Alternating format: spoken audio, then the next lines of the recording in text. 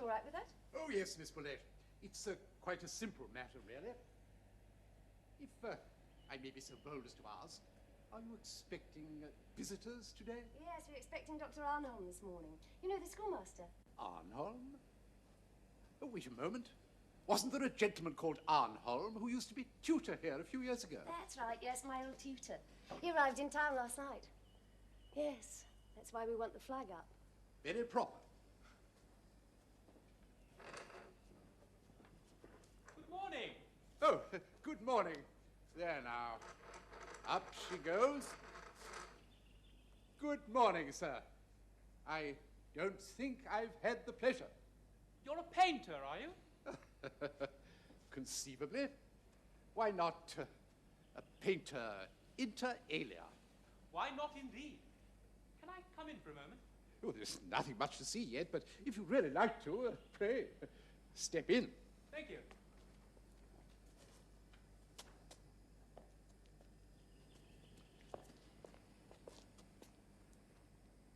Just now, I'm working on the stretch of the fjord. There, you see, between the islands. Are you going to have a figure in it as well? Yes. On this rock, here in the foreground, I'm going to have a mermaid, half dead. Why half dead? She's wandered in from the sea, can't find her way back. So here she lies, dying in the brackish waters of the fjord. Yes, I see. It was the lady of the house here who put the idea into my head. What are you going to call this picture when you finished it? I'm thinking of calling it The Death of the Mermaid. Very appropriate. But you should be able to make something really good out of this. Ah, a fellow forager, perhaps? A painter, you mean? Yes. No, I'm not a painter. I'm going to be a sculptor, actually. My name is Lingstrand. Hans Lingstrand. Yes, yes. Sculpture's fine art, too. I think I've seen you in the town once or twice. Have you been around here long? No, only about a fortnight, but I'm going to try and stay the whole summer if I can manage to. Enjoy the bathing amenities, no doubt. Yes, that's why I came, to regain my strength. I am a little infirm, as they say. Nothing dangerous. My chest, just a shortness of the breath now and then. That's nothing. Perhaps you should consult a doctor, all the same. A good doctor. Yes, I was thinking Dr. Wangel, if I could get the opportunity. Yes, yes, I should. There's another steamer coming in, bursting with passengers. I often fear our little town will lose its character with all these strangers coming here. Were you born here? No, but I've acclimatized myself. I've been here so long, got so much into the ways of the place that I feel like one of the natives. You've been here a long time, then? 17 years. No, 18. I came with a theatrical company, but we got into financial difficulties. So the company broke up, scattered to the four winds. But you stayed? Yes, I stayed. Did quite well, really. My forte in those days used to be decoration and design. See if you can find that embroidered footstool for Father, will you? Good morning, Miss Wangel. Oh, hello, Mr. Lingstrand. Forgive me a moment, I must just... You know the family, then? Not really, no. I met the young ladies in the town once or twice, here and there, and exchanged a few words with Mrs. Wangel last time they had a concert up on the hill. She suggested I should come and call on them sometime. Oh, confound it. The steamer's almost alongside now. I must get along to the hotel. The new arrivals may need my services. Thank you. I run a little line as hair cutter and friseur, you see. Oh, very versatile. Well, one's got to acclimatize oneself. One's got to learn to do a bit of everything in a little town like this. Thank you. If you should ever need anything in that line, pomade or such like, just ask for Monsieur Ballasted, the dancing master. The dancing master? Chairman of the Horn Society, if you like. We're giving a concert up on the Prospect this evening. Goodbye.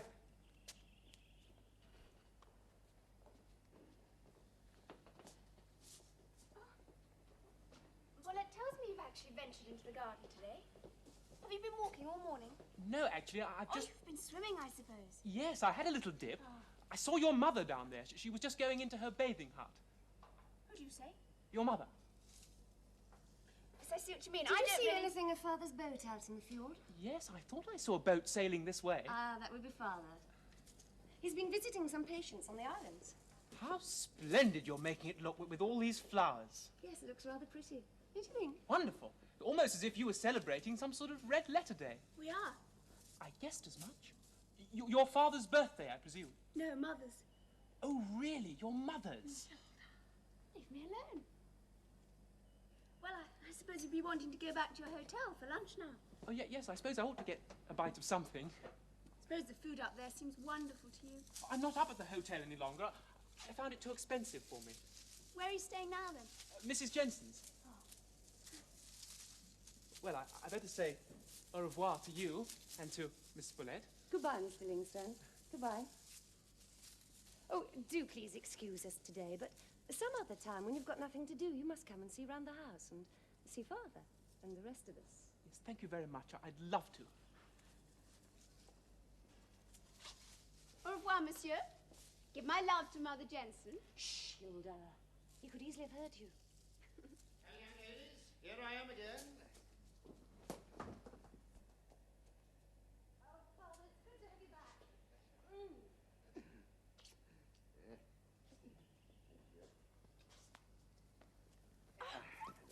Are you free for the day now, Father?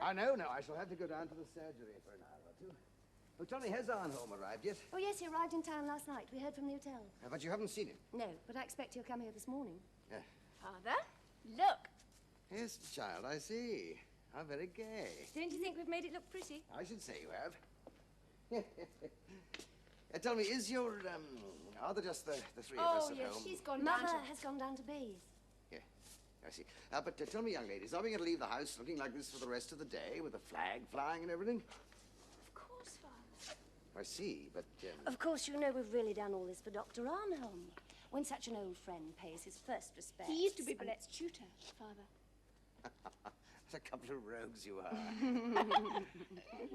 Well, I suppose it's inevitable that we should pay our respects now and again to her who is no longer with us. All the same. Oh, Hilda, be a dear and take my bag down to the surgery, will you? Oh, look. Isn't that Dr. Arnholm? That? He's much too old for Arnholm. On my soul, I think it is he.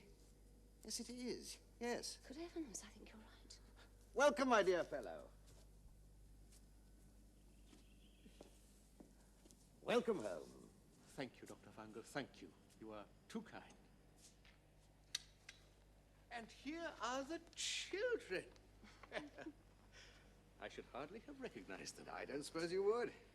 Except Bolette, perhaps. Yes, I think I should have known Bolette. Really? It must be 8 or 9 years since you saw her last. Yes, a lot of things have changed here in that time. I was just thinking the opposite. Except that the trees are a little taller, and that arbor. Oh, well, yes, externally. And now you have 2 eligible grown-up daughters. Well, 1. Oh, Father. Come, let's go and sit on the veranda. It's cooler there. Thank you, my dear doctor. Thank you.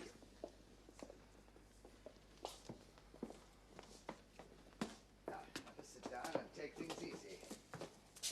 Oh, children, would you bring some seltzer and some lemonade, please, and some brandy, too, You want perhaps? some brandy too? Well, just a drop in case anyone... Yes, of course. Hilda, would you take Father's bag to the surgery, please? Thank you.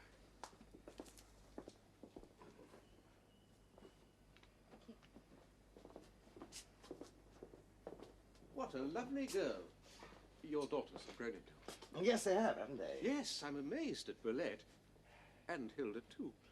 But Oh, please. now, tell me about yourself, my dear doctor. Have you decided to settle here for good? Oh, yes, I think so. I was born and bred here, as they say. It was here that I spent those unbelievably happy years with her. A few years that we were allowed. I think you met her when you were here before, Arnholm. Yes, yes. Yes. Now, of course, I've found great happiness with my new wife. So I think I can say, all in all, that fate has been very good to me. You've had no children by your second marriage. But we had a little boy, 2.5 years ago now, but we didn't keep him long. He died when he was 4 or 5 months old. Gee.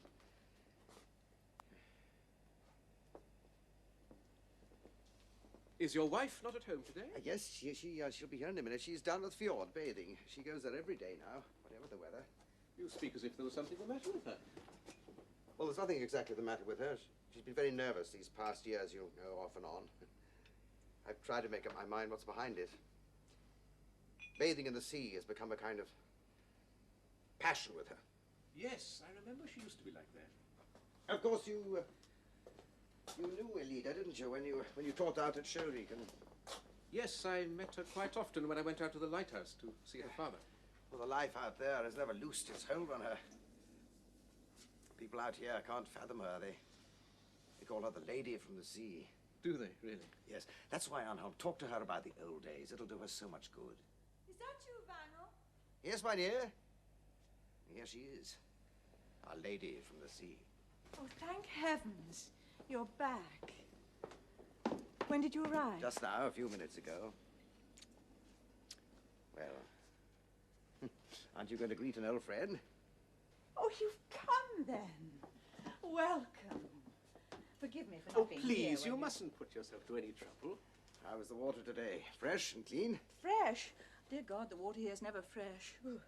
The water's sick here in the fjord. Sick? Yes, sick. And poisonous, too, I sometimes think. You're certainly doing your best to recommend the amenities of the place. No, I rather think that Mrs. Wangel has a special affinity with the sea and everything connected with it. But have you noticed how beautifully the girls have arranged everything in your honor? Is this really in my honor? Why, certainly. You don't think we do this kind of thing every day, do you? Well, I think I expect... Oh, it's stiflingly hot here under this roof. Come down here. There's at least some air down here. I think the air's quite fresh up here. Oh, you're used to that dreadful city air. It's quite suffocating in summer, I'm told. Well, I must be off. Have you work to do? Yes, I have to go to the surgery for a while. I shan't be long, though. Please don't hurry yourself, my dear doctor. Your wife and I will manage to pass the time. I'll see you later, then. Oh, it's pleasant out here, don't you think? Very pleasant, I think. Now? We call this my arbor because I made it. Or rather, Wangel made it for me. And that's where you like to sit? Yes, I sit there most of the day. With the girls, I suppose? No, the girls stay on the veranda. Oh, and Wangel himself? Oh, Wangel comes and goes. Half an hour with me and half an hour with the children. When I last saw you, out at Shuriken, I mean, yes, that's a long time now. At least 10 years. Yes. The last thing on earth I could have imagined would have been that I should ever see you here as Mrs. Wangel. No, then Wangel was still... Oh, the girl's mother was still alive. Yes, of course. But even if he hadn't been, even if he'd been a bachelor, I could never have guessed that this would happen. Neither could I. He must be so very different from you, I should have thought. Yes, he is. How did it happen, then? How did it happen? Oh, my dear Arnholm, I couldn't begin to explain that to you. Have you ever told your husband anything about me? I mean, of course, that foolish proposal I once made to you. No, of course not. I've never breathed a word to him about that. I simply told him the truth, which is that I was very fond of you, and that you were the best and truest friend I had out there. Have you ever thought of marrying anyone else? Never.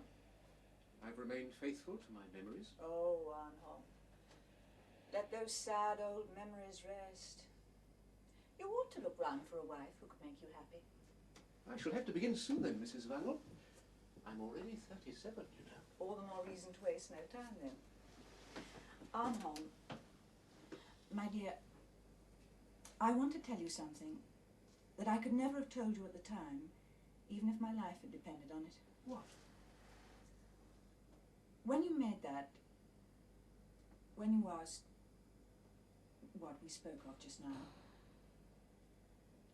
I couldn't have replied in any other way than I did. I know.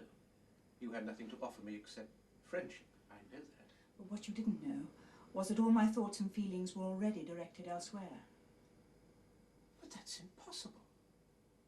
Why, you didn't even know Wangel then? I'm not speaking of Wangel. Not Wangel? But I can't think of anyone else. No, I suppose not. The whole thing was so insane. Tell me more. All that matters is that I was already in love with someone else. But if you hadn't been in love with someone else, would you have replied differently to my letter? Who can tell? When Wangel came, I replied differently to him. Then why'd you bother to tell me this?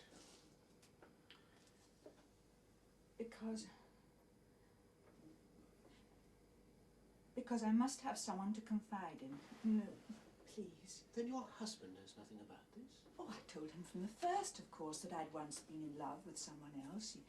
He never demanded to know more. We never discussed it, and it soon passed over in a way. In a way? Not completely? Oh, yes, completely. Oh, Arnholm, it's not what you think. It's all so inexplicable. I don't know how to begin to explain it to you. You'd only think I was ill or mad. My dear Mrs. Wangel, you must and shall tell me the whole truth. Very well, I'll try. Oh, there's someone coming. Are you looking for the girls, Mr. Lingstrand? Oh, no, Mrs. Wangel, it was you I wanted to see. You were so kind as to suggest I might pay a visit sometime. Oh, you're always welcome here. Thank you so much. Well, seeing as it happened to be rather a special occasion here today, I thought I'd be so bold as to ask you to accept this. My dear Mr. Lingstrand, don't you think you ought to give your beautiful flowers to Dr. Arnholm yourself? It's he who... Forgive me, I don't know this gentleman. I only came because of the birthday. Birthday? I think you must have made some mistake, Mr. Lingstrand. Oh, I know all about it. I didn't realize it was meant to be a secret there. What do you know about it? That it's your birthday today. Mine? Today? Surely not. What makes you think it is? Miss Hilda let it out earlier. I asked the young ladies why they'd got everything to look so smart with the flowers and flag. I see. And Miss Hilda said, because today is Mother's birthday. Ah. Well, since this young gentleman knows Mrs. Wangel... Yes. Since you know. May I then have the honour to offer you my congratulations? It's very kind of you. Oh, won't you come in and sit down a moment, Mr. Lingstrand? This business about my birthday was meant to be a secret, Dr. Arnholm. I know. It wasn't meant to be revealed to us outsiders. I promise I shan't breathe a word to a living soul. Oh, it's not the least importance. Tell me, how are you? You're looking better than when I last saw you. I think I'm making good progress. And next year, when I go south, to the Mediterranean, that is, if I manage to... Well, that's all arranged, the girls tell me. Yes, I hope so. I've got a benefactor in Bergen who's very good to me. How did you come to meet him? A most extraordinary piece of luck. I happened to go to sea once in one of his ships. Really? So you love the sea? Oh, no, not in the least. But when my mother died, my father made me go to sea. Well, it was on the way home that we were shipwrecked in the English Channel, luckily for me. Why do you say luckily? Well, it was as a result of the wreck that I got this chest trouble. Yes, it was a great stroke of luck for me. Oh, do you really think so? Why, yes. This chest of mine isn't at all dangerous. And now I can become a sculptor, which is what I really want. And what are you going to do? Mermaids or Vikings? Oh, nothing like that. As soon as I can, I want to try my hand at something really big. A group, a composition. Really? What's this composition going to represent? Well, it's got to be something I've experienced myself. Oh, quite right. Always stick to your own experiences. Come on, tell us about it. Well, what I have in mind is a young girl, a sailor's wife. She's lying asleep, but restlessly, strangely restlessly. She's dreaming. But you said a composition. Yes, I'm going to have another figure. Symbolic, don't you know? Her husband, whom she's been unfaithful to while he's been away, has been drowned in the sea. Drowned? Yes, drowned on a sea voyage. But he came back to her all the same. One night. And there he stands by her bed, staring down at her, wet and sodden as only a drowned man can be. That's strange. That's wonderfully strange. But for heaven's sake, Mr. I thought you said this composition was to represent something that had once happened. Yes, it did happen to me, in a manner of speaking. What exactly did happen, Mr. Lingstrand? We were about to sail for home from a town called Halifax, when the boatswain fell ill, so we had to leave him behind in hospital. We signed on another fellow instead, an American. Well, this new boatswain... The American? Yes. One day he borrowed a bundle of old newspapers from the captain and spent every minute he could reading them. He said he wanted to learn Norwegian. Yes. Well, one evening, a terrible storm blew up.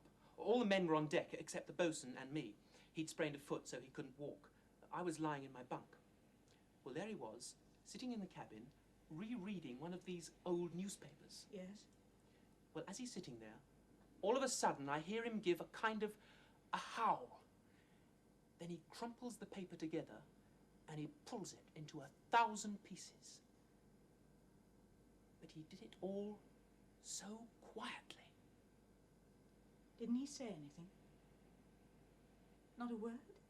Not at first. But after a bit, he said,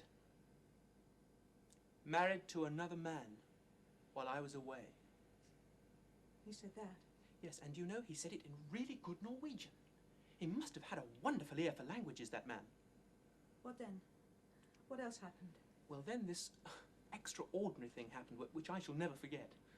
He said, still in the same calm voice, "But mine she is, and mine she will always be, and she will come to join me even though I go as a drowned man to claim her." How close it is in here. And the way he said it made me think he would do it too. Do you know what became of this man? Oh, Mrs. Wangel, he's dead, I'm sure. What makes you think that? Well, it was just after that we were wrecked in the channel. And nothing's been heard of him since? No, nothing. I heard all this in a letter I received from my benefactor recently. That's just why I so want to commemorate it. The faithless girl, the drowned man coming home from the sea to revenge himself on her. I can see them both so clearly. So can I. Well, let's go inside. Or down to Wangel. It's so suffocatingly close in here. Yes, well, I must say thank you and be off. I just wanted to pay a courtesy call, seeing it was your birthday. Oh, goodbye, Mr. Lingstrand, and thank you for the flowers. I can see this has touched you deeply, Mrs. Wangel. You could put it like that. Still, it was something you had to be prepared for. Prepared for? Yes, surely. Prepared for someone to come back? And to come back like that? What on earth? Is it this business about the dead man which has so disturbed you? And I thought... Oh, what did you think? Well, naturally, I thought you were upset because you'd found out about this secret family celebration. Your husband and his children living a life of memories from which you are excluded. No, oh no.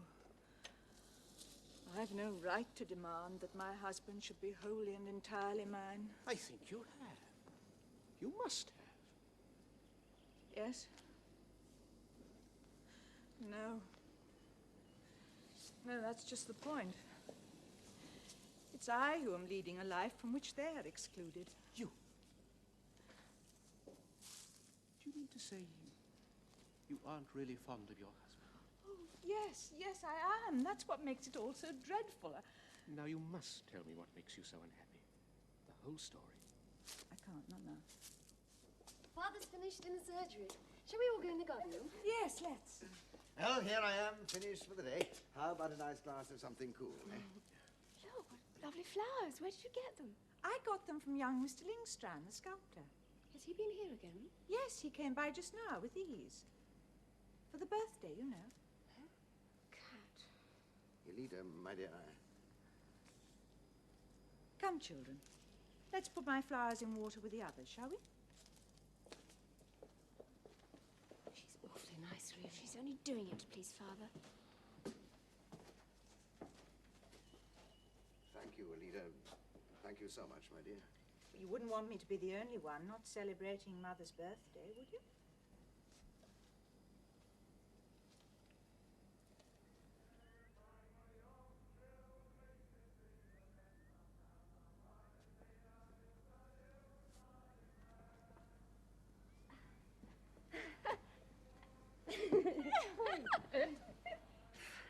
Oh, look at the way Lingstrand crawls along. Oh, you know how ill he is.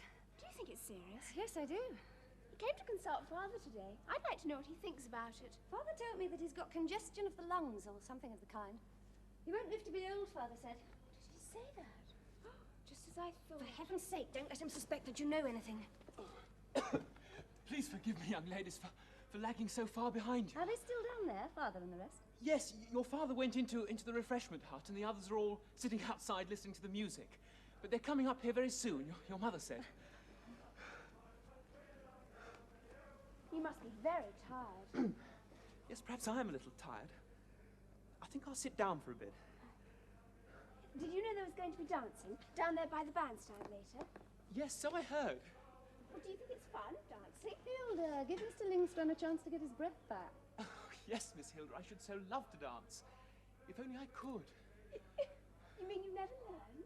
No, I have never learned, but that's not what I meant. I meant I mustn't, because of my chest. Does that make you very unhappy, having this chest trouble? Oh, no, I can't say that. I think it's because of that everybody's so good and kind and helpful to me. Yes. And it's not really serious, is it? Serious? Good heavens, no, not in the least. Your father made that quite clear to me. Oh, they're coming now. I hope they know where to turn off. They've gone wrong. I'll run down and shout to them. Well, you'll have to shout very loud. Oh, no, don't. It'll make you tired again. Nonsense, it's all downhill. Downhill, yes. Now he's jumping. It doesn't occur to him he's got to climb uphill all the way back. Poor boy. If Lingstrand asked you to marry him, would you accept him? Have you gone mad? Well, if he didn't have his chest trouble, if he wasn't going to die so soon, would you have him then? I think he'd suit you better than me. Me? Oh, he hasn't got a bean. Not even enough to keep himself alive. Well, why do you always make so much fuss of him, then? Oh, well, only because of that chest of his. I haven't noticed that you feel sorry for him. No, I don't really. I think it's fascinating. What? Well, to hear him saying it's not serious and he's going south to become an artist. He believes every word he says. It makes him so happy. He'll never come to anything because he won't live long enough. I think that's so exciting. Hilda, you're a cruel little beast. I say, Arnold's not enjoying all this climbing. Do you know what I noticed at dinner? No? What? His hair's beginning to fall out just in the middle. That's nonsense. It isn't true. Yes, it is. And he's beginning to get wrinkles round both his eyes. Oh, Bolette, how on earth could you have fallen in love with him when he was tutoring you? Yes, it's strange, isn't it? I remember once bursting into tears because he said he thought Bolette was an ugly name. Not really. Come and look. The lady from the sea is walking with him. Oh, Father's on his own.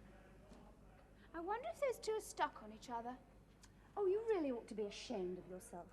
How can you stand there talking like that about her, just when we're getting on so well together? Oh, yes? Oh, she'll never get on with us. She's not our sort. We're not hers. God knows why Father ever dragged her into this house.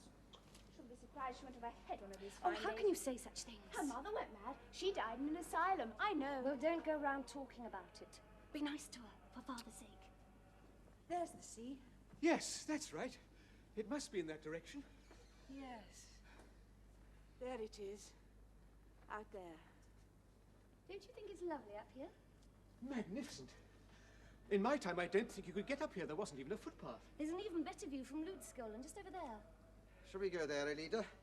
No, I won't, thanks. You go. I'll stay here till you come back. I think I'll do the same. The girls can show Dr. Arnholm the way. Would you like to come with us, Dr. Arnold? Oh, thank you. I'd love to. Is there a path up there, too? Oh, yes, a good broad one. Broad enough for two people to walk arm in arm. Shall we two see if she's speaking the truth? Yes, let's. Shall we go too? Arm in arm. Why not? I've no objection. It's rather a laugh, isn't it? What? It just looks as though we two were engaged.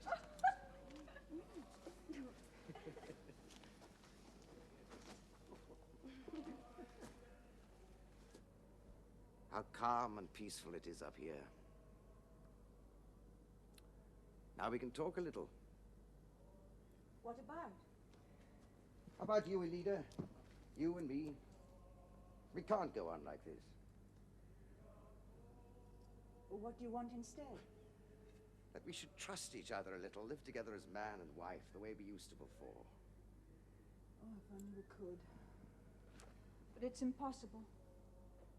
I think I understand how you feel. No, you don't. Don't say you understand me. No, but I do. I mean, you're so honest and loyal, Elida. Loyal, yes. It's You couldn't find peace or happiness in any compromised relationship. Go on. Well, you just weren't made to be a man's second wife. I've often felt it. I mean, to you, it's almost as if the girl's mother was still alive, as though she were invisibly living among us. You think that my love is divided between you and her. You feel as if there's something indecent in our relationship. That's why you can't... Why you don't want to live with me as my wife any longer. But you haven't realized it at all. Well, I realize, of course, Alida, there is something else, too. Something else? Well, you can't stand this place. The mountains oppress you, they weigh you down. I mean, there's not enough light for you here, not enough sky around you, not enough strong, clean air. Yes. Yes, you're right.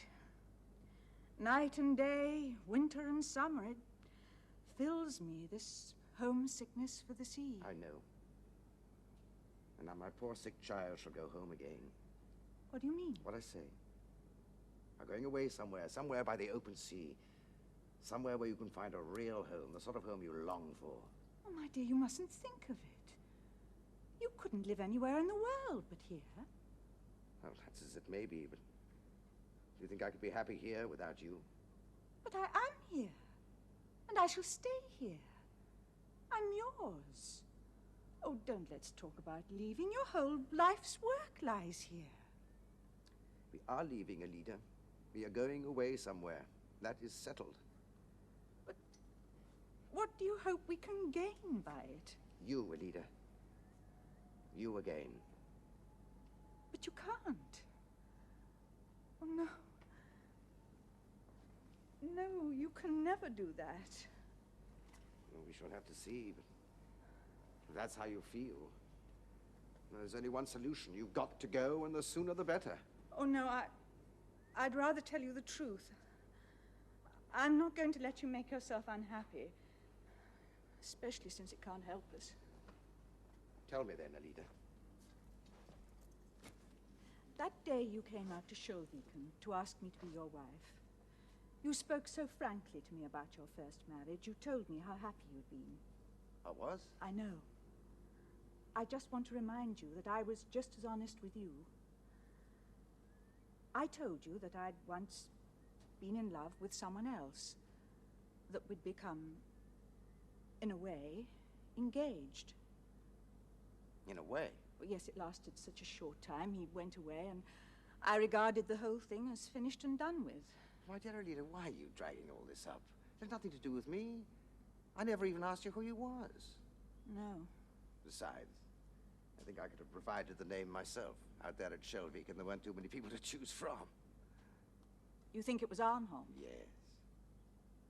Wasn't it? No. Oh. Well, then you have got me baffled. Do you remember late one autumn, a big American ship came into Shoalbeacon for repairs? Yes, they found the captain murdered one morning in his cabin. I went out and did a post-mortem myself. It was the mate who'd killed him. You've no right to say that. It was never proved. Wasn't any room for doubt? Why else should he have gone away and drowned himself? He didn't drown himself. He went away with another ship, up into the Arctic. How do you know that? Oh, Wangel. That's the man to whom I was engaged. Lida, what are you saying? Get engaged to a man like that, someone you know nothing about. I mean, what was his name? At that time, he called himself Freeman. Later on, when he wrote to me, he signed himself Alfred Johnston. Where did he come from? Finnmark, he said, up in the Arctic Circle, but he was born in Finland. He came to Norway as a child with his father, I think. What else do you know about him? Only that he went to sea when he was very young and that he'd voyaged all around the world. Nothing else? No. No, we never talked about him. Well, what did you talk about then? Mostly about the sea. Oh, the sea. Storms and calms, dark nights at sea. And the sea on sunny days, we talked about that too. But mostly we talked about whales and dolphins and the seals that lie out there on the islands. And we spoke of gulls and eagles and other seabirds, you know. And it's strange. But when we spoke of these things, I felt as if he was of the same blood as these sea beasts and birds. And you?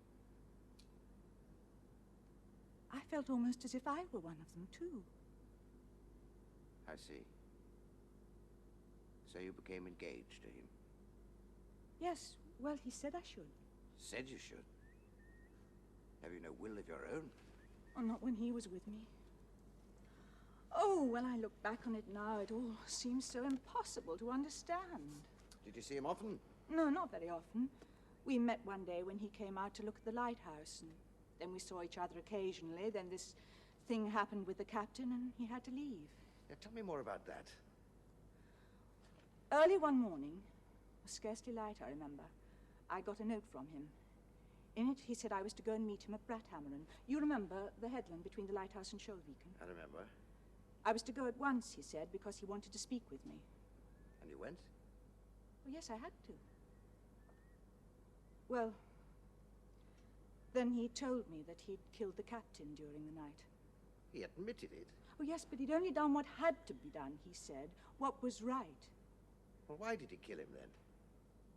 Well, he said it was nothing for me to know about. And you believed him? Just like that? Oh, yes. Never occurred to me to do otherwise. Well, anyway, he had to leave. But before he said goodbye, he took from his pocket a chain, and he pulled a ring from his finger, a ring he always wore, and he took a small ring from my finger too, and he put the two rings on the chain, and then he said that we two were going to marry ourselves to the sea. Marry? Yes, those were the words he used. Then he threw the chain and rings with all his strength, as far as he could, out into the sea. And you, Alida, you let him do this? Yes. It's strange, isn't it? At the time, it seemed ordained. Well, then, thank God, he went away. And after he'd gone? Oh, I soon came to my senses, of course. I saw how mad and meaningless the whole thing had been. She said something about letters. He's tried to get in touch with you since then? Oh, yes, I've heard from him since. At first, I had a few short lines from Archangel. In it, he just wrote that he was going to America and gave an address for me to reply to. Did you? Oh, yes, I wrote at once, of course, that everything was finished between us, and he wasn't to think of me anymore, just as I would never think of him again. But he wrote to you again? Yes, it was just as though I'd never broken with him. He wrote calmly and affectionately that I was to wait for him, that he would let me know when I could come to him, and then I was to come at once. He wouldn't give you up? No. So I wrote again, almost word for word what I'd written before, even more firmly. He stopped writing to you then? No. He wrote as calmly as before. Never a word about my having broken with him. Well, then I realized it was useless, so I never wrote again. And you never heard from him? Oh, yes, I had 3 more letters from him. The last one was from Australia. In it, he said he was going to the gold mines. Since then, I've not heard a word. That man must have had an extraordinary power over you, Alida. Yes. He was a demon. But now you're not to think of him anymore. Only promise me that, my dearest Alida. We're going to find a new cure for you, a fresher air that we can have here in the fjord. The cleansing, salt-heavy air of the sea. What do you say? I'll never escape from it there any more than here. Escape from it? I mean, what exactly do you mean, my love? I mean, the horrible, unfathomable power he has over my mind. But you freed yourself from that years ago when you broke with him. All that is dead and forgotten. No, that's just it. I'm not free of it, and I'm afraid I never will be. I did forget him. But he came back to me. How long ago did this happen? Oh, about 3 years ago, perhaps a little longer. It was while I was carrying the child. Oh. Oh, then, now I understand, Alida. Oh, no, my dear, you're wrong. Oh, I don't think that anyone will ever be able to understand. To think that you've been in love with another man for 3 whole years. But I don't love anyone else, only you. And why have you refused to live with me as my wife all these years? Because I'm afraid of the stranger. Afraid? Yes. The sort of fear that only the sea can give you. Oh.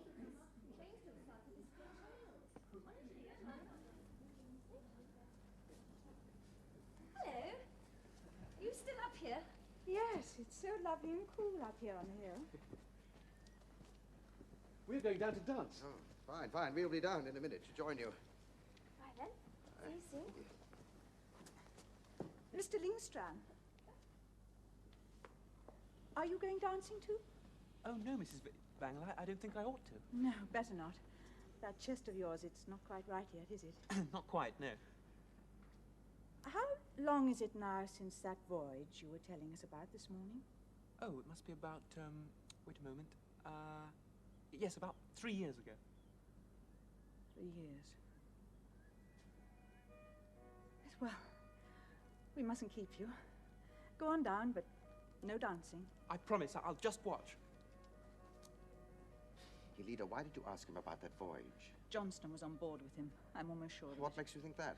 He'd heard that I'd married while he was away. And it was at that moment that this came over me. This fear? Yes. I can see him in front of me. No, not quite in front. A little to one side. He never looks at me. He's just there. How does he look? Well, the same as when I last saw him. 10 years ago? Yes, out at Brathammer. Oh, I see him so clearly. On his chest there's a pin with a big bluish white pearl, like a dead fish's eyes, there it was staring For at heaven's sake, me. Alida, you're sicker than I thought. You're sicker than you know. Well, help me if you can. I feel it crowding in on me To more think that and you've more. been in this state for 3 whole years, suffering in secret without telling me. But I couldn't have told you. If I told you all this, I'd also have had to tell you. What? Oh, no. No, please don't.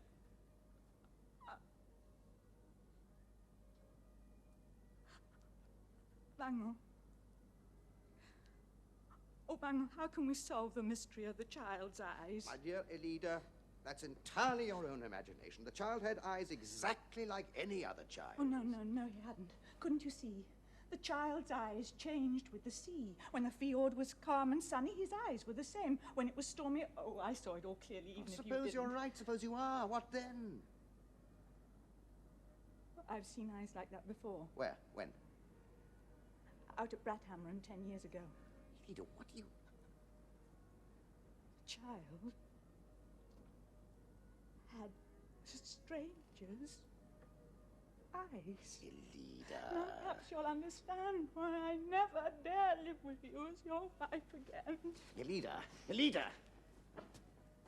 My poor unhappy Elida.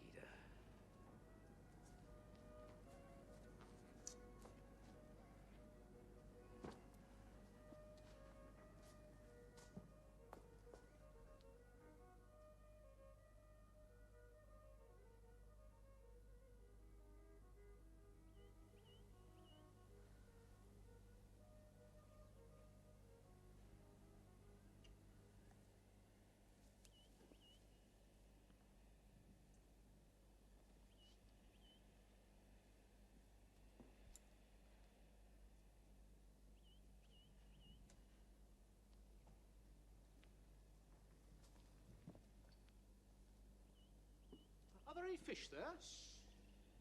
Yes, 1 or 2 old carp. Those old carp. Are they still alive? Yes, they're tough. We're going to catch one of them. Oh, you would have a better chance out in the fjord. Ah, the pond's more mysterious. Yes, it's more exciting here. Have you been in the sea? Yes, I've just come up from the bathhouse. I expect you stayed close to the shore. Yes, I'm not a very good swimmer. Can you swim on your back? No. I can. Come along, let's try over on the other bank.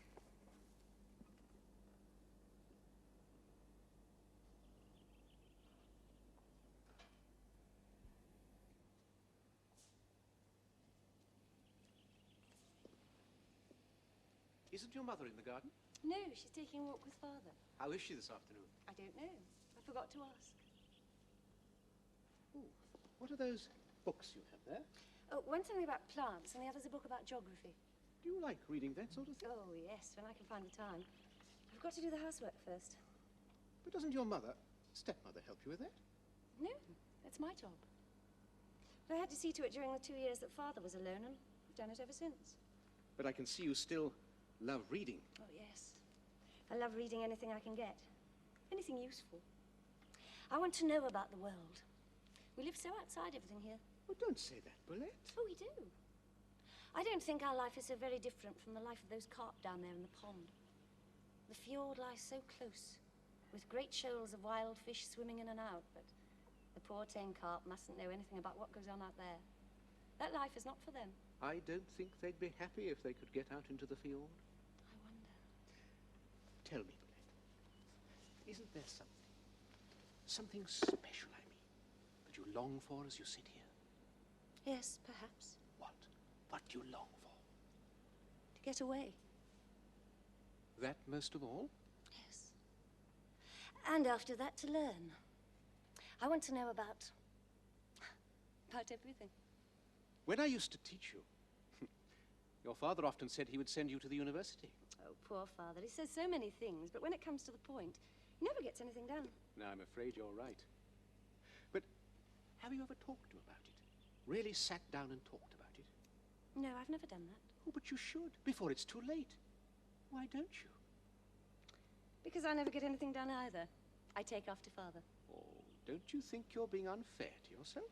No. Unfortunately, Father's got very little time to think about me and my future, and not much inclination either. He's so occupied with a leader. With whom? My stepmother. Father and Mother have their own life to live. Well, all the more reason for you to get away from here. Yes, I know. I must think of myself, too. Try and go somewhere. Do something. For when Father dies, I've got no one else. Poor Father. I'm afraid to leave him. But good heavens, your stepmother, he'll still have her. Yes, I know, but she can't do all the things that Mother used to do so well. There's so much that this one doesn't see, or won't see, or won't bother about. I don't know which it is. I think I know what you mean. Poor Father. He's so hopeless about some things. He hasn't got enough work to keep him occupied all the time, and she's quite incapable of helping him. But that is partly his own fault. How do you mean? Oh, well, Father only likes to see happy faces about him. We must have sunshine and happiness in the house, he says. I'm afraid he sometimes gives her medicines which aren't good for her in the long run. Oh, do you really believe that? Yes. I can't help it. She's so odd sometimes. Oh, isn't it unfair that I should have to stay here? Doesn't do Father any good, really. Bolette, this is something we two must discuss. What's the point? I was born to stay here in the pond. Perhaps that depends on you. Do you think so? It lies entirely in your own hands. Do you mean you'd put in a good word for me with Father? Oh, that too. But first, I'd like to have a serious talk with you.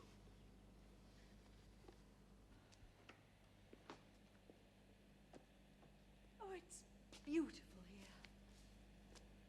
Beautiful. Have you been out walking? Yes, a long, long walk over the hills with Bangor. Now we're going out sailing. Would you like to sit down? No, thank you, I don't want to sit. Oh, but there's plenty of room here. No, I don't want to sit, I don't want to sit.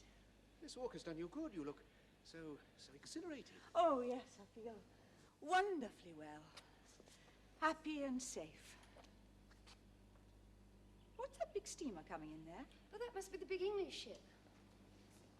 Yes, the Englander. Tying up to the buoy. Does she usually stop here? Only for about half an hour or so, and then she goes further up the fjord. And then out again tomorrow. Out into the great open sea and across the sea. Oh, just imagine. If only one could sail with her. Oh, if only one could. Have you never been on a long sea voyage, Mrs. Wangel? No, never. Just to and fro here in the fjord. Yes, we've got to stick to the land. Well, after all, this is where we belong. No, I don't think so. I think if people had learned from the beginning to live on the sea, perhaps even in the sea, we'd be quite different from what we are now. Better and happier. Well, yes, perhaps you're right. But what's done is done. We've taken the wrong turning and become land animals instead of sea animals and must remain so. It's too late to alter things now. Yes, I'm afraid you're right. And you know, I think people sense it. They endure it as one endures a secret sorrow. I'm sure that's the reason why people are so melancholy. I'm sure of it. You mustn't brood like that. A few moments ago, you were so happy. Oh, I'm just being stupid. Why doesn't Wangel come? He promised he would, but he's forgotten. Dear Dr. Arnholm, would you go and fetch him?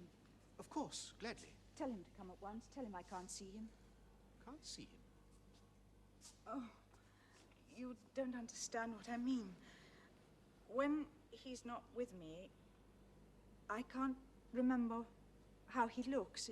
It's as though I'd lost him. It's horrible. Please go. Dr. Arnholm, wait a moment. I'll come with you. You won't know where to look. No, never mind.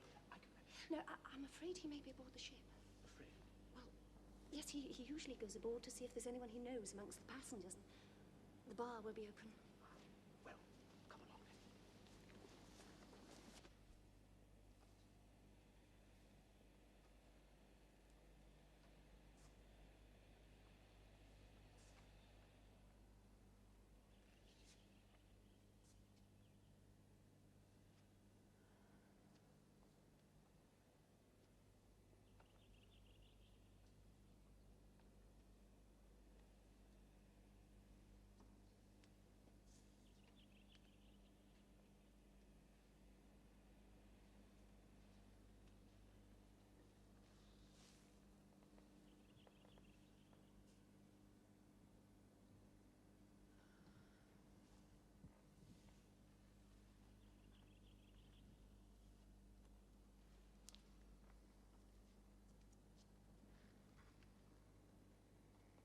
Good evening, Elida.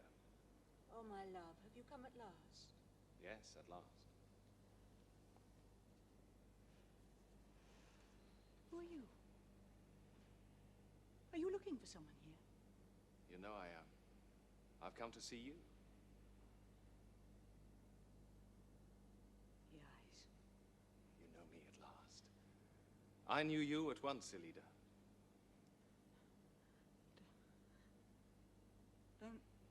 Don't stare at me like that. I'll shout for help. You mustn't be afraid. I shan't hurt you. Don't look at me. I came with the Englander. Go away and don't come back. I wrote you that everything was finished between us forever. Now you know that. I wanted to come before, but I couldn't. This was the first chance I got. Now, I am yours again, Elida.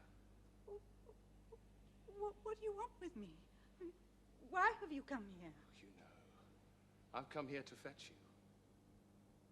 But you know. I'm married. Yes, I know. And yet you've still come to fetch me. Yes. Oh, this is terrible. Don't you want to come? Don't look at me like that. I'm asking you, don't you want to come? No, I don't want to come. I can't. I won't. I daren't. Very well, Elida. Just let me say one thing before I go. Don't touch me. Don't come near me. Stay where you are. Don't touch me. You mustn't be afraid of me, Elida. Don't me like that.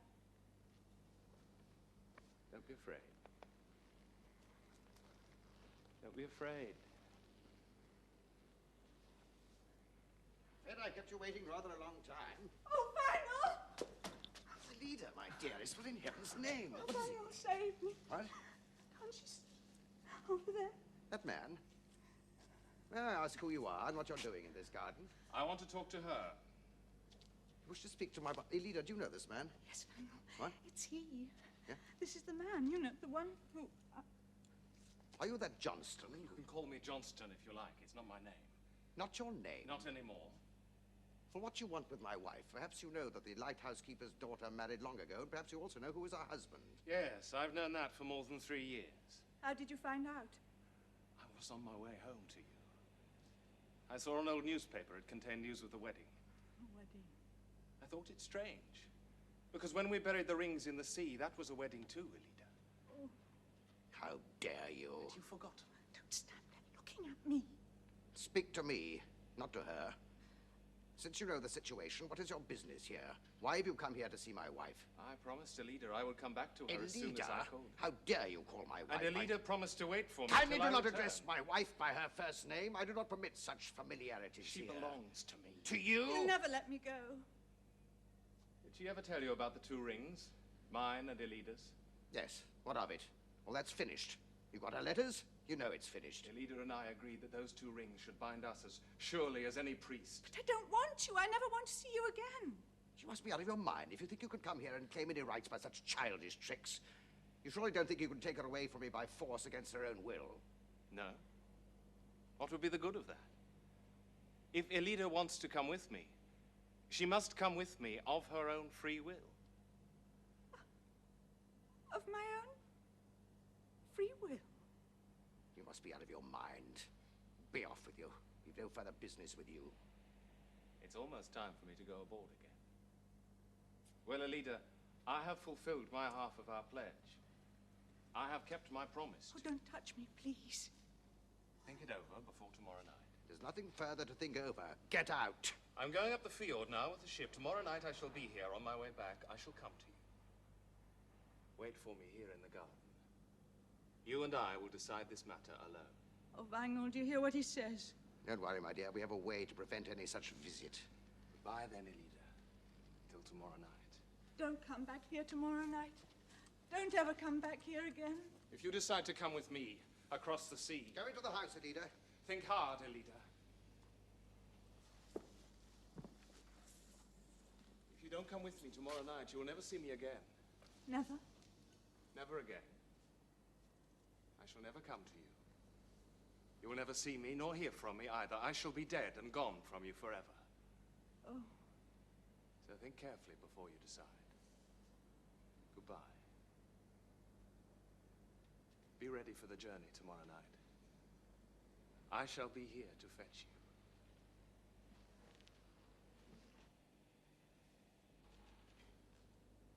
Of my own free will. He said I should go with him. Of my own free will. Don't worry, he's gone now. You'll never see him again. How can you say that? He's coming back here tomorrow night. Let him come. He won't see you. Oh, Vinyl, don't think you can stop him. Oh, yes, I can, my dear. Trust me. The whole thing's finished and done with. And even if he should come back here, we know how to clip his wings. We could never do that. Oh, yes, we can. If we can't prevent him from seeing you by any other means, we can report him for the murder of his captain. Oh, no. We know nothing of the captain's death. Nothing. But he confessed to you himself. We shall say nothing about that. If you say anything, I shall deny the whole story. Oh, don't lock him up in a prison. He belongs out there on the open sea. Leader. Oh, my dear. My dearest. Save me from that man. Come, Elida. Come with me. Come. I say, Mrs. Bang, I've got some news for you. What? Just imagine, we've seen the American. The American? I saw him too. Yes, he came up past the garden and went on board that big steamer. How do you know that man? I went to sea with him once. I was sure he'd been drowned, but here he is, alive and kicking. I'm sure he must have come to revenge himself on that faithless girl of his. What did you say? Well, Lingstrand wants to make a masterpiece out Come of and him. look. The English steamer's starting up the fjord. He'll visit her tonight. Faithless wife, yes. midnight. I say. Oh, how exciting. Tomorrow, then. For the last time. Oh, Vang. I feel it, Anita. There's something behind that man. The tide is behind him. The tide. That man. That man is like the sea.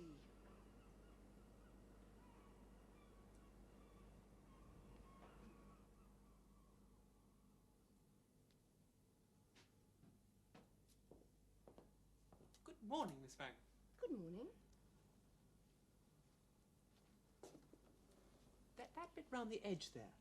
Must be jolly difficult to do that bit, Miss Vang. Oh, no, it's not so difficult. It's just a matter of counting right. Oh, counting. You have to count too. Yes, the stitches. Like this. 1, 2, 3, 4. I say. By Jove, it's almost like a kind of art, isn't it? Can you draw too? Yes, we'll have a pattern to copy. And not otherwise? No. Oh, then it's not really an art after all, is it? No, it's just a knack.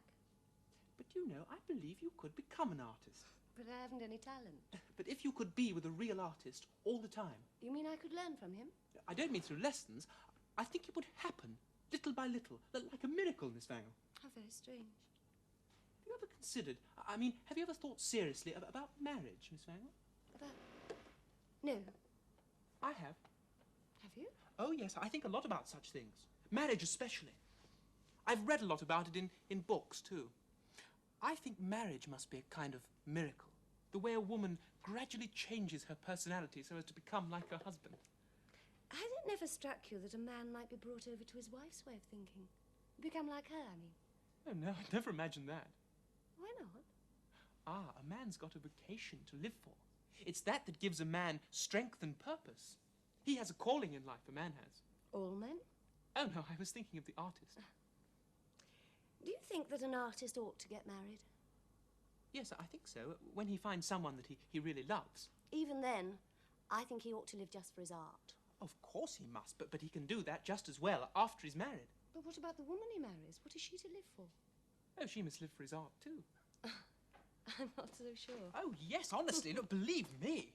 Not only because of all the honor and respect that she'll get through him, but to be able to help him to create. And make his work easy for him by being with him, keeping him happy and comfortable, looking after him. I think that must be a wonderful life for a woman. You don't know how conceited you are. Conceited? Me? Good heavens, Miss Fangle, if only you knew me a little better.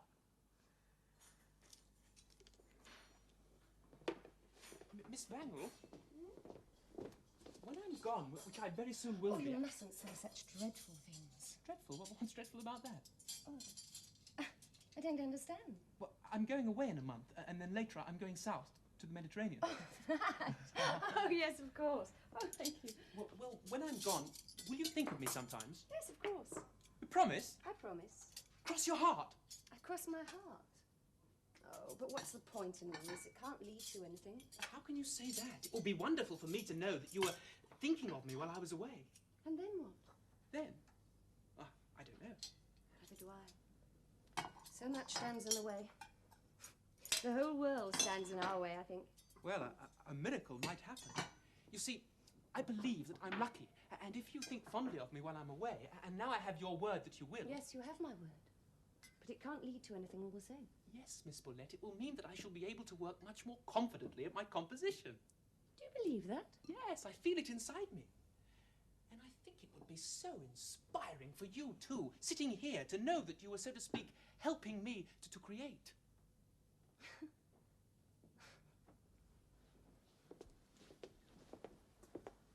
Oh, look! Dr. Arnholm's coming. You fond of your old teacher, Miss Bolette? Oh, yes. He's a fine person to have as a friend and advisor. He's always so helpful. Isn't it odd that he should never have married? Do you think so? Yes, seeing he's said to be so well off. Oh, he's well off. I don't suppose it's been so easy for him to find someone willing to have him. Why? Oh, almost all the girls he knows are old pupils of his. He says so himself. What difference does that make? Oh, good heavens. One doesn't marry a man who's been one's teacher. Not once one's grown up. I say. Good morning, Bolette, my dear. Good morning, Dr. Arnholm. Oh, good morning, How are you today? I'm quite well, thank you. Is your stepmother down bathing today, too? No, she's up in her room. Oh, not feeling well? I don't know. She's locked herself in. Mrs. Wangle was very shaken by seeing that American yesterday. What do you know about that? I told Mrs. Wangle I'd seen him walking alive past the garden. Oh, I see. You and Father were sitting up late together last night. Quite late, yes. We got onto something rather important. Did you get a chance to say anything to him about me? No, Bolette, I wasn't able to get onto that. He was preoccupied. Yes, he always is. But later today, you and I will have a serious talk about this. Where is your father now? Isn't he at home? He's probably in the surgery. I'll go and fetch him. No, don't bother. I'll find him. Oh, just a moment, Dr. Arnholm. I think that's Father coming downstairs now.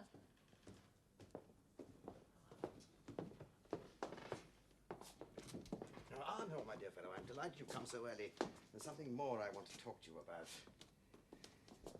Shall we go down into the garden and join Hilda? Oh, what a good idea. Do you know that young man well? Huh? No, not at all. Do you approve of him seeing so much of your girls? Does he? I hadn't noticed. I think you ought to keep an eye open. Yes, of course, you're perfectly right. But you know, the girls have got so used to looking after themselves, they won't listen to anything that I tell them, or a leader either. Besides, I can't bother her with such matters. These things bore her. But tell me, have you thought any more about what we were discussing last night? I haven't been able to think of anything else since I left you. What do you think I ought to do? My dear doctor, I think you as a medical man ought to know the answer better than I. Oh. If only you knew how difficult it is for a doctor to diagnose for someone who means a lot to him. Besides, this isn't any ordinary illness. No ordinary doctor can be of any use in such a case. Or any ordinary medicines, either. How is she today? Well, I was up with her just now, and she seems calm enough. But, you know, behind all her moods, there's something hidden which I cannot fathom. And she's so changeable, so unpredictable. I suppose that's because of her mental state. Well, that's only part of it. I mean, Alida was born like that. No, you see, she's one of the sea people. That's really what it is. What exactly do you mean, my dear doctor? Haven't you noticed that the people who live out there by the open sea are a different race? Their way of feeling and thinking. They're like the tide. They ebb and flow. And they can never uproot themselves and settle anywhere else. Oh, I should have thought of all of this before. I sinned against Alida when I tried to take her away and bring her inland to this place. Is that how you feel? Well, I should have thought of it at the first. Well, in my heart, I did think of it, but I wouldn't let myself believe it. I loved her so much that I put myself first. I was unforgivably selfish. Yes. Well, everyone is a little selfish in such circumstances. Yes, but I've been selfish since. I mean, I'm older than she is. I ought to have been a father to her and a guide. But I wanted her as she was. And then things went from bad to worse with her, and I sat here not knowing what to do. That's why, in my distress, I wrote to you and asked you to come here and see us. What? Is that why you wrote? Yes, please don't tell anyone. But, my dear doctor, what help did you suppose I could give you? No, I don't understand. I suppose not. I was completely on the wrong track. I mean, I thought that Alida had perhaps been in love with you once, that she was perhaps a little fond of you still. I thought it might possibly do her good to see you again and to talk to you about her home and the old days. Then it was your wife you were referring to when you wrote that someone here was waiting for me, longing to see me again. Why, yes. Who else? No, of course, you're right. But I didn't realize it. Quite understandably, I was on the wrong track. How do you explain the power which this stranger has over her? Oh, my dear friend, there are aspects of this case which simply cannot be explained. Yes. This curious, horrible notion that she has about the child's eyes. Well, that business about the eyes is rubbish. Rubbish. It's pure imagination, nothing else. Did you notice the man's eyes when you saw him yesterday? Certainly I did. And you saw no light? Oh, good heavens, what do you want me to say? It was quite dark when I saw him, and Alida had spoken so much about this likeness, I couldn't look at him objectively. No, I suppose not. But then this other matter. I mean, what she says about all this anxiety and unrest that came over her just at the time when this stranger had started on his journey home. Well, that's something else she must have persuaded herself about since the day before yesterday. I mean, it certainly didn't come over as suddenly as she pretends now. Ever since this young Lingstrand mentioned that Johnston or Freeman, or whatever his name is, was on his way here 3 years ago in March, she's persuaded herself that these disturbances of hers started just in that month. Isn't that true, then? No, not at all. I mean, the first signs started long before then. Now, I admit it did happen to be 3 years ago in March that she had a particularly bad time of it. Oh, then but that can be explained by the circumstances, the condition she was in at the time. What is one to believe? I mean, to be unable to help her, to be unable to think of any way out. I suggested to her that we should move out to Shelbycombe, but she doesn't want to. She doesn't want to? No, she doesn't think it would do her any good. Perhaps she's right. Do you think so? Yes. Besides, when I think about it, I'm not sure whether I really should go and settle there. With the girls, I mean, it's really unfair of them to go and stick them in such a backwater. I mean, they must live somewhere where they have some chance of finding a husband. A husband? Are you beginning to think about that already? Good Lord, I must consider them too. But then a leader. My poor sick Alida. Oh, my dear Arnholm, which of them am I to put first? I don't think you need to worry about Bolette. I wonder where they've gone to. I'd gladly make any sacrifice for all three of them. If only I knew what to do. Don't go out this morning, my dear. No, of course I won't. Oh, Dr. Arnholm. Good morning. Good morning, Mrs. Vanwell. Not swimming today as usual? No. Won't you sit down for a moment? No, thank you so much. Not now.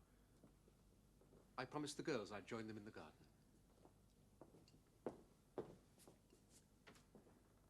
What time is it, Vanwell? It's just past 11.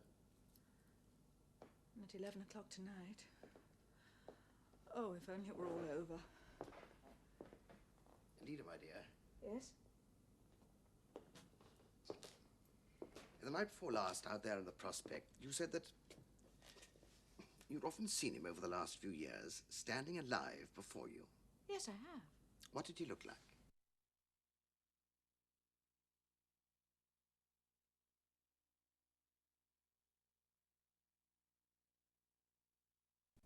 Why, Vanwell, you know yourself what he looks like now.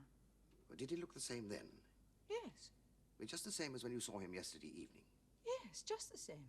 Then how was it that you didn't immediately recognize him? Didn't I? No, you said yourself that for a moment you'd no idea who this stranger could be. Oh, yes, of course, you're right. That's strange, isn't it, that I didn't recognize him at once? It was only the eyes, you said. Yes, the eyes. And yet, up on the prospect the night before last, you said that he always appeared looking to you just the same as when you last saw him 10 years ago. Did I say that? Yes. Then he must have looked the same then as he does now. No, you painted quite a different picture the night before last on the way home. 10 years ago, he had no beard, you said, and the clothes were different, and the type-in with the pearl. I mean, this man yesterday had no such thing. No, that's true. Now, think a little harder, Alida. Or perhaps you can no longer remember how he looked when you stood with him at Bradhammer. Not clearly. No. Oh, today I can't. Isn't that strange? No, it's not so strange. You see, you've got a new image of him, the real one. And that shadows the old image so that you cannot see it any longer. Do you think so, Van? Yes. And it shadows your sick imaginings of him, too. That's why I think it's good that reality has come at last. Good? You call it good? Yes. His coming here may be what you need to bring you back to health.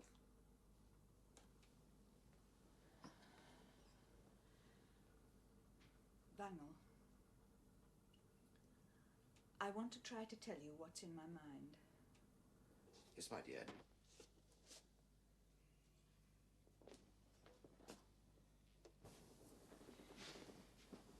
It was a great misfortune for both of us that we ever met. It had to end in tragedy. What?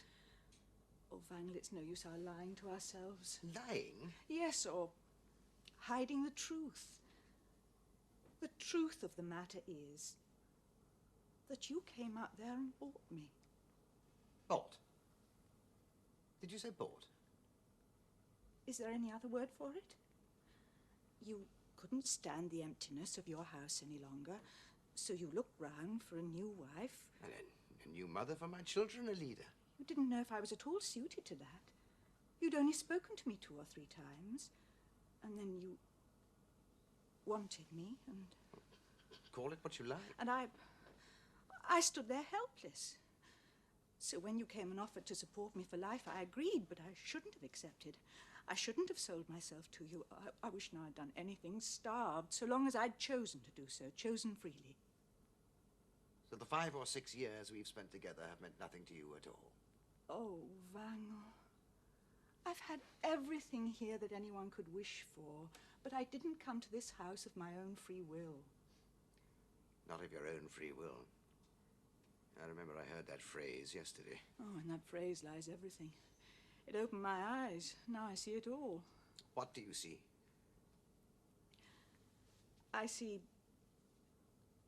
that the life that we two are living together is not really a marriage. God knows that's true. Oh, it never has been. Not even in those first weeks. My first. That could have been a real marriage. Your first? My marriage with him. I simply don't understand you. Oh, Wangel, don't let's go on lying to each other and to ourselves. You don't want to lie? Don't you see that a promise given freely is just as binding as any marriage? What in heaven's Let name, me go. Let me leave you, Wangel. Alida! Please let me go. You must believe me that things will never be any different between us, even if I stay. Now, our life together has meant nothing to you. You've never really belonged to me. Oh, Wangel, if only I could love you as you deserve to be loved. Divorce, then? Is that what you want? The full legal divorce? Oh, how little you understand me. I don't care about the formalities. All I want is that we two should freely agree to release each other. Cancel the bargain. Exactly. Cancel the bargain. And then, Alida, what then, afterwards? Have you thought how all this will see to us then? How life will shape itself for you and me? Oh, that can't be helped. Things will have to shape themselves as best they can. I beg you. I pray you, Wangel. Give me my freedom. Give me my complete freedom again. That's all that matters now. Alida, this is a terrible thing you're asking me to do. I must have time to think. We'll talk about it again. Give yourself time. We have no time. I must have my freedom today. Why today? Because he's coming here tonight. He? What has this stranger got to do with it? I must be free when I meet him. Free to choose for myself. And then what will you do, Alida? I don't want to hide behind the fact of being another man's wife. I don't want to hide behind the pretext of not being able to choose. Otherwise, there'd be no choice to make. Do you realize what you're saying? Go with him. Give your entire future into his hands. Didn't I put myself into your hands? I mean, a stranger you know absolutely nothing at all about. I knew even less about you, but I went with you. Well, at least you knew the sort of life that you were coming to. But what do you know about him? Nothing. Not even who he is. I know. It's just that is so demonic. It certainly is. That's why I think I must go to meet it. Alida, what exactly do you mean by demonic? The demonic is something that appalls and attracts. Attractive, too. Oh, more than anything, I think. You were like the sea. I've never really understood you. I'm beginning to realize that now. That's why you must let me go. I'm not the woman you wanted to marry. Perhaps it would be best for us to part. No, I can't. You are to me what he is to you. If we could only get through today, we mustn't lose our heads. Alida, for your own sake, I must assert my right, my duty to protect you. What is there to protect me against? There's no power or force outside that threatens me. The root of the fascination lies in my own mind, and what can you do against that? Well, I can help you fight it. Perhaps. If I wanted to. You mean you don't want to? I don't know. This evening, it'll all be settled, Alida. Yes. And tomorrow? Tomorrow? Perhaps by then I shall have thrown my life away. Perhaps his, too. Elita, do you love this stranger? I can't tell. I only know that for me, he is the demon, and... Yes. It's to him I feel I belong. Tomorrow he will be gone. And the danger will be past. Then I will let you go. Then we will cancel the bargain, Elita. Oh, Wangel, tomorrow it will be too late. Well, we've been making great plans. We want to go out in the field tonight. Oh, to no, bed. don't tell them. We too have also been making plans. Indeed? Yes, sir. Elita is going out to Shelviken for a while. Going? What a good idea, Mrs. Wangel. Elita wants to go home to the sea again. You're going away. You're leaving us. But Hilda, what's the matter with you? Nothing. Go, by all means. Father, I see it in your face. You'll be going away too to Shelviken. No, not at all. I mean, I shall go out there. But you come back to us From time to time. time to time. Dear child, it has to be. I'll have a word with him now, Bolette, in private.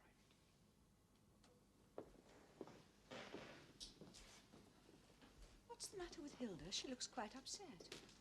Haven't you ever noticed what Hilda's been yearning for day after day? Yearning for? Ever since you entered this house. No, what? One single loving word from you.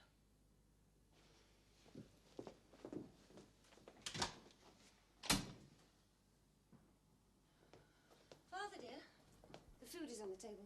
Oh, is it, child? Oh, good. Dr. Unholm, please. Let us go in and drink a farewell cup to the lady from the sea.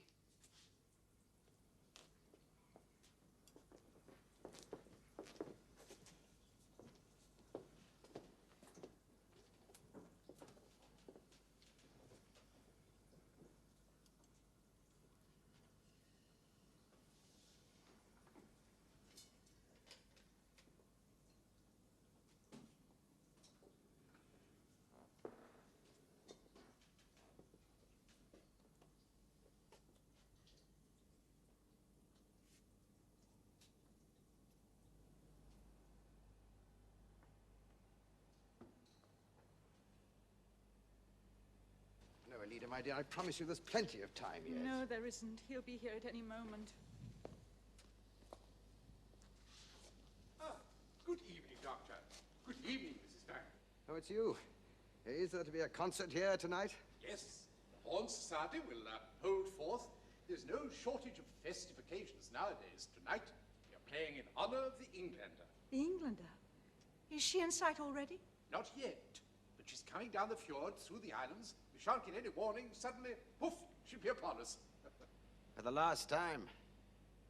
He will not come again. A grievous thought, Doctor. Ah, dear, as it says in the tragedy, summer's joys will soon be past and gone, and every way to the sea be locked with ice. Every way to the sea be locked. A melancholy reflection. For these few months, we've been merry children of the summer. It will be hard to accept the season of darkness.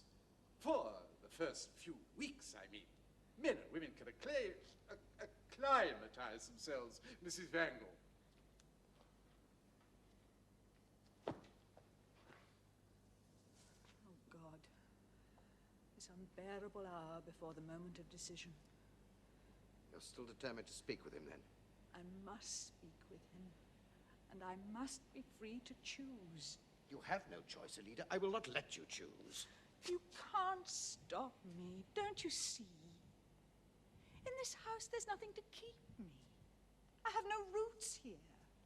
The children are not mine. They don't love me. They never have loved me. If I go with him tonight, or out to Shelviken tomorrow, I haven't even a key to give up or any instructions to leave. I've been outside everything since the first day that I came here. You wanted it that way. No, I didn't. I simply let everything stay the same as it was on the day that I arrived. It was you who wanted this. I only did what I thought would make you happy. Yes, Wangel. Yes, I know. But now there's nothing to bind me here.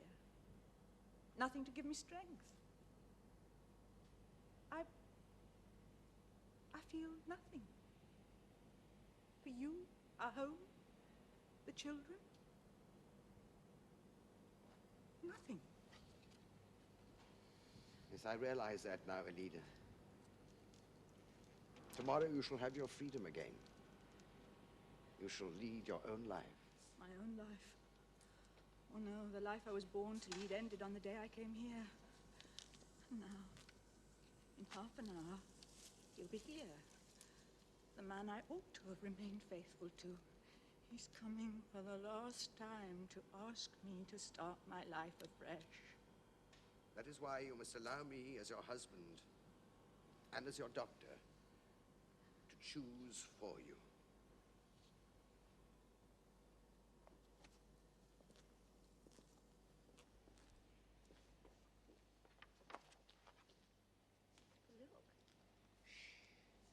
Let them go.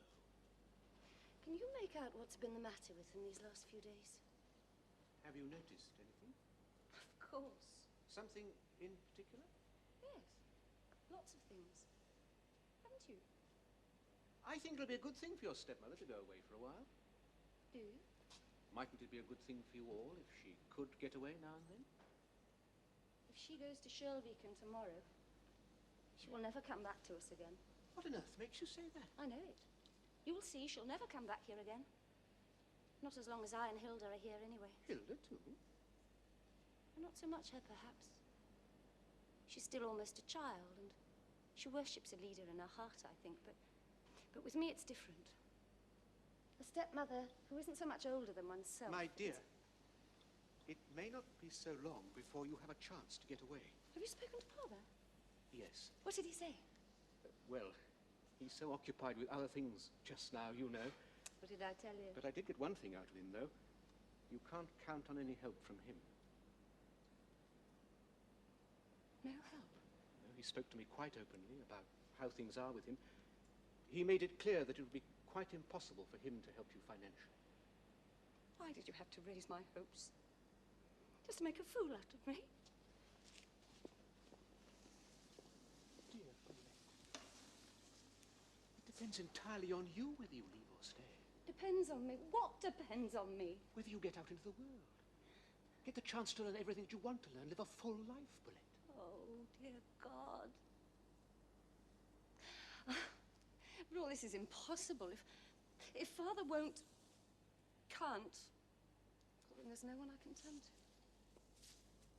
Would you be prepared to accept a helping hand from your your former teacher? You mean that you would be willing to... help him? Yes, gladly. And not only with words. Do you agree then? Well, do you agree? Do I agree? To be able to get away, to see the world, to learn something real and worthwhile. You have only to say the word. Oh, but how can I accept such an offer from a stranger? You can accept it from me, Bolette. Yes. I think I can.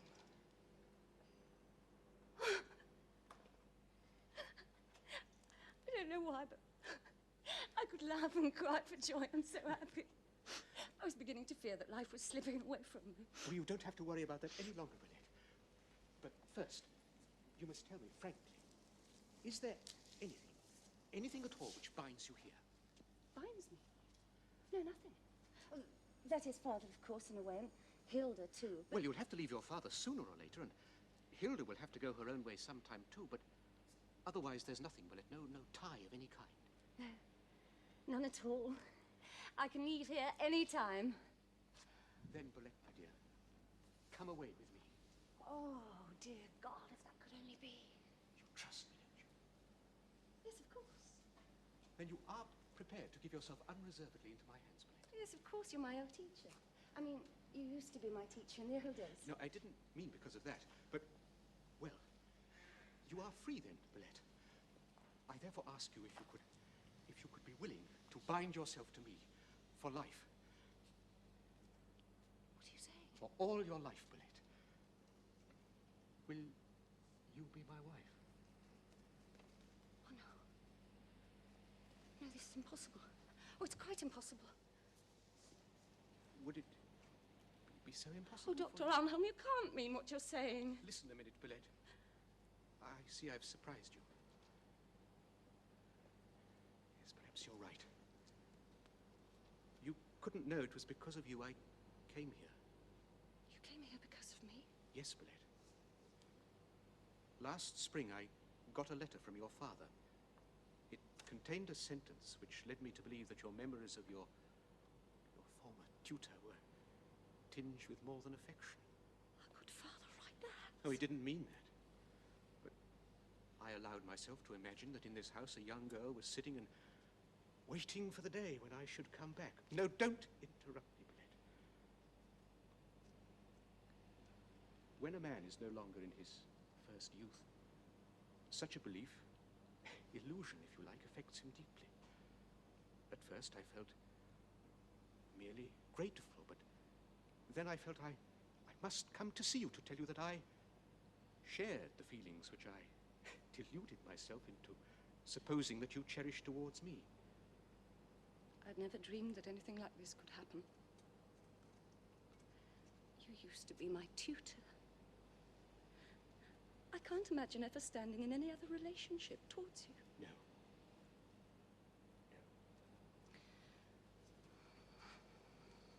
No. Well, if you feel you can't then, let our relationship remain as it was. What do you mean? My offer stands. I shall enable you to get away from here and see the world, to learn something, to be secure and independent. I will secure your future too, Bolette. In me, you will always have someone you can trust. I want you to know that. Oh, but Dr. Arnholm, all that is impossible now. Is that impossible too? Yes, of course it is. After what you've said to me and my reply, well, surely you must realize that I can't accept anything from you, ever, now. Do you want to turn your back on everything you dream of? To know that there's so much more in life and never to experience it? Oh, think, Bolette. Think hard. Yes. Yes, that is perfectly true. And then later, when your father's no longer here, perhaps to stand alone and helpless in the world, or to have to give yourself to another man for whom you might not be able to feel any affection either. Oh, yes, I see how true all that is. Everything you say. And yet, perhaps... Yes? Perhaps it might not be so impossible after all. What, Bolette? That it might work.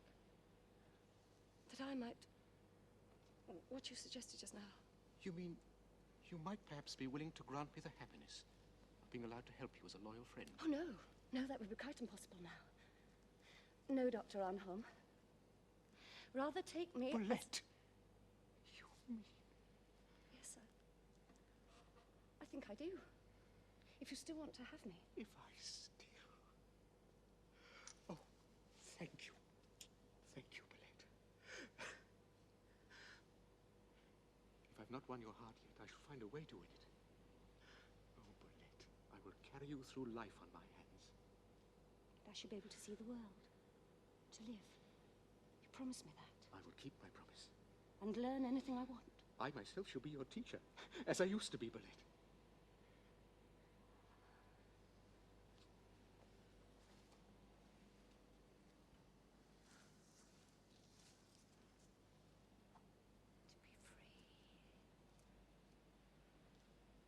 Not have to worry about the future. Not have to pinch and scrape.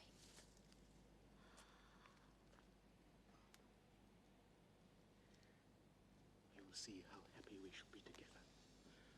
How calm and trusting. It will be a good life, Bolette. Yes. I'm beginning to think that... Oh, yes. It must work. Shh. I don't say anything. Oh, Lingstrand. What's the matter with you? Well, you know how ill he is. If he isn't just imagining it. Oh, no, he isn't just imagining it. He hasn't got very long. But perhaps it's for the best. For the best?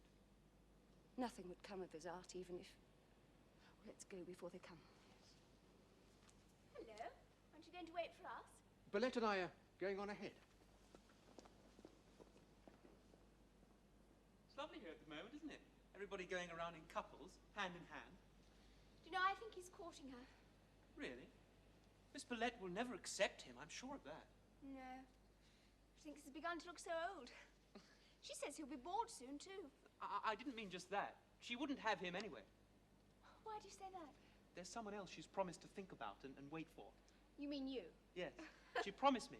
But you mustn't tell her that you know. Oh, cross my heart. I should be as silent as the grave. I think it was good of her to say that. When you come back home, will you get engaged to her? Marry her? Oh, no, I daren't think of that for the first few years. And when I'm in a position to, if I'm in a position to, she'll be too old for me then. Would you want her to sit here and think of you? Yes, I think so. To know that somewhere in the world there's a lovely, silent young woman sitting quietly and dreaming of me. I think that must be so... I don't know how to describe it. Exciting? Exciting, yes, just that, exciting. More or less. You're so wise, Miss Hilda. Amazingly wise. When I come home again, you'll be about the same age as your sister is now. Perhaps you'll even have come to look like her. Perhaps you'll have the same mind that she has now. You and she will have become one person, so to speak. Would you like that to happen? I don't know. Yes, I think so. But now, this summer, I want you to stay just as you are. Not like anybody else, just yourself. You like me best as I am? Yes, I like you very much as you are. Tell me, as an artist, do you think I'm right always to wear these light summer clothes? Yes, I think they suit you very well. Yes, but speaking as an artist, how do you think I would look in black? In black, Miss Hilda? Yes, all in black. Think I would look good in that? Black is no colour to wear for the summertime. Though, yes, I think black would suit your looks perfectly. Black. Up to the neck. And black crepe all around. Long black gloves. And a long black veil hanging down behind. If you dress like that, Miss Hilda, I should wish myself a painter so that I might paint you as a beautiful young widow in mourning. Or a young bride in mourning. Yes, that would be even better. But surely you couldn't want to dress like that? I don't know, really. But I think it's exciting. Exciting? Yes. Exciting to think of. Oh, look! Oh, the big English steamer. She's right alongside. No, Elida, my dear, you're wrong, I promise you. That's right, isn't it, Miss Lingstrand? She's not in sight yet, is she? The English ship? Yes. There she is, Doctor. Come like a thief in the night, as one might say. Softly and soundlessly. Well, you'd better take Hilda down to the jetty. Hurry. She'll want to hear the music. Hand in hand, what did I say? He's come then. He's here. You better go indoors, Elida. Let me talk to him Oh, alone. no, it's impossible, I tell you. There he is.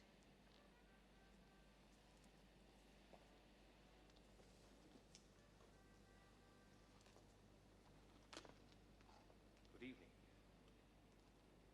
Well, Elida, here I am again. Yes. Yes, the time has come. Are you ready to go with me or not? You can see for yourself that she is not. I don't mean is she dressed for traveling or has she packed her bags. All she needs on the journey I have on board. I'm asking you, are you ready to come with me? Don't ask me. Don't tempt me. That's the first warning. You must say yes or no. Oh, to decide for one's whole life and never to be able to undo it. In half an hour, it will be too late. What makes you hold on to me so relentlessly? Don't you feel as I do that we two belong together? Because of the promise I gave you. Promises by no one, no man, no woman. I hold on to you because I cannot do otherwise. Why didn't you come before? Elida. Oh, this man tempts me and draws me into the unknown. All the power of the sea is gathered in this man. I see it in your face, Elida. I hear it in your voice. You will choose me in the end. The choice does not rest with my wife. It is my duty to protect her. If you do not leave this country at once and promise never to return, do you know what will happen to you? Oh, no, Wrangle, you must. What will you do to me? I will have you arrested at once as a common criminal.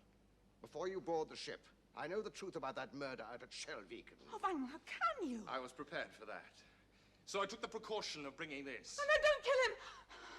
If you must kill anyone, kill me. Don't worry, I don't want to kill either of you. This is for myself. I mean to live and die a free man.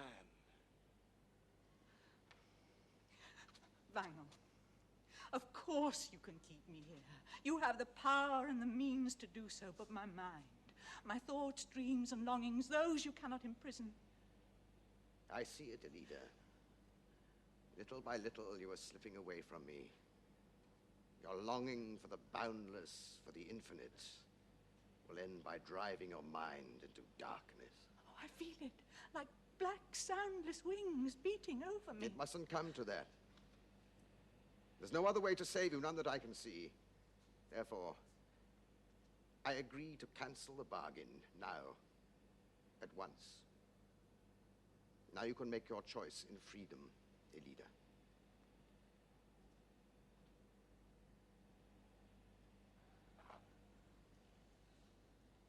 Do you mean it? Do you really mean it with your whole heart? Yes, I mean it, with all my heart. Can you? Can you let me go? Yes, I can. I can because I love you so much. So very much.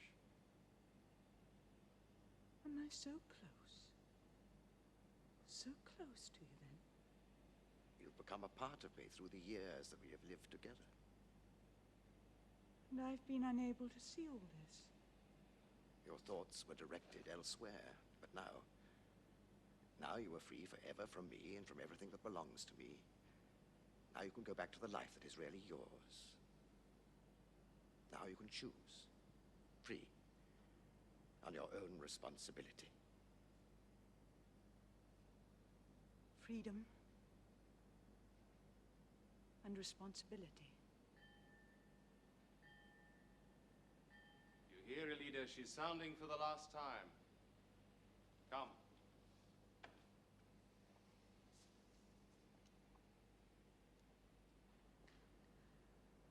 I cannot go with you.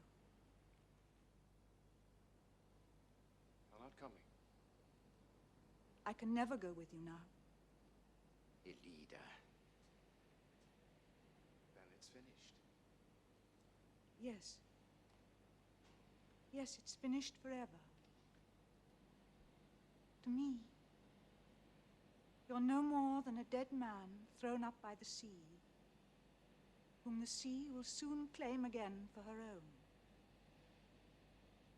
I no longer fear you. I no longer want you. Goodbye, then. Henceforth, to me, you are no more than a lost ship.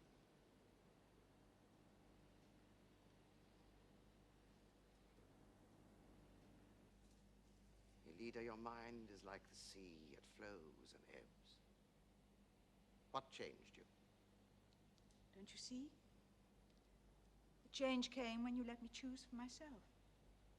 And the unknown no longer attracts you. I no longer yearn for it, I no longer fear it.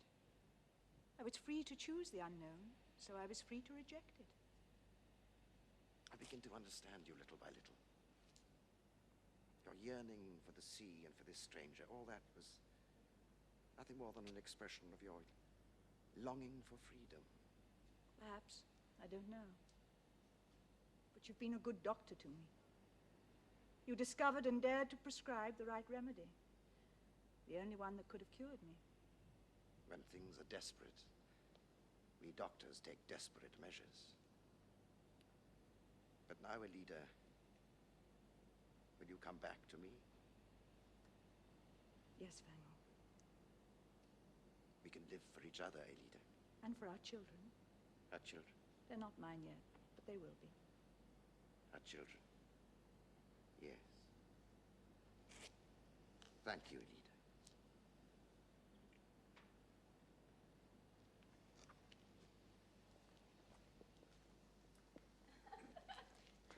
Oh, look at her and Father. They look as if they've just got engaged. It is summertime, little lady. The Englander is sailing now. Oh, this is the best place to watch from. Last trip of the year. Every way to the sea will soon be locked, as the poet says. A sad thought, Mrs. Vangle. And soon we shall lose you, too, for a while. You'll be off to Shirlbeacon tomorrow, they tell me. No, this evening we too have changed our plans. You have? Father, is this true? Then you'll be staying with us after all. Yes, Hilda, dear, if you want me to. Oh, if. Well, this is certainly a surprise. Why, Dr. Arnholm? Don't you remember what we two were saying yesterday? Once one's become a landsman, one can never find one's way back to the sea. Why, that's just like my mermaid. Yes, more or less. But with one big difference. The mermaid died. But men and women, they can acclimatize themselves. Yes, I assure you, Mrs. Vangle, they can acclimatize themselves. Yes.